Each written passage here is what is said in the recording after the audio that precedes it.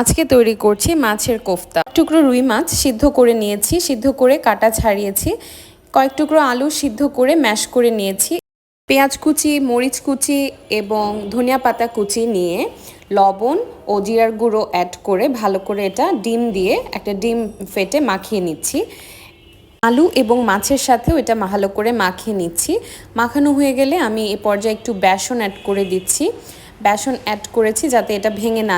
অনেকগুলো বল তৈরি হয়ে গেছে, বলগুলো তেলে ভেজে নিচ্ছি ভালো করে। এটা কিন্তু এখন আমি রান্না করব। চুলায় পাত্র বসিয়ে তেল দিয়ে পেঁয়াজ কুচি ও মরিচ দিয়ে ভালো করে ভেজে নিচ্ছি। লবণ দিয়ে দিচ্ছি পরিমাণ মতো, যেহেতু কোফতাতে লবণ দেওয়া হয়েছিল ফিশ বলগুলোতে, তাই লবণ পরিমাণ মতো দিতে হবে, বেশি দিয়ে দিলে খেতে ভালো লাগবে না। এরপর হলুদ গুঁড়ো দিয়ে টমেটো দিয়েছি। মাছের সাথে টমেটোর ফ্লেভারটা ভালোই লাগে, তাই আমি টমেটো দিয়েছি। এরপর সকল মশলা, জিরার গুঁড়ো, ধনিয়ার গুঁড়ো দিয়ে ভালো করে আমি কষিয়ে নিয়ে বলগুলো ছেড়ে দিচ্ছি। প্রয়োজন মতো ঝোল চলে এলে নামিয়ে পরিবেশন করছি। গরম ভাতের সাথে কিন্তু দারুণ লেগেছিল মজাদার রুই মাছের কোফতা।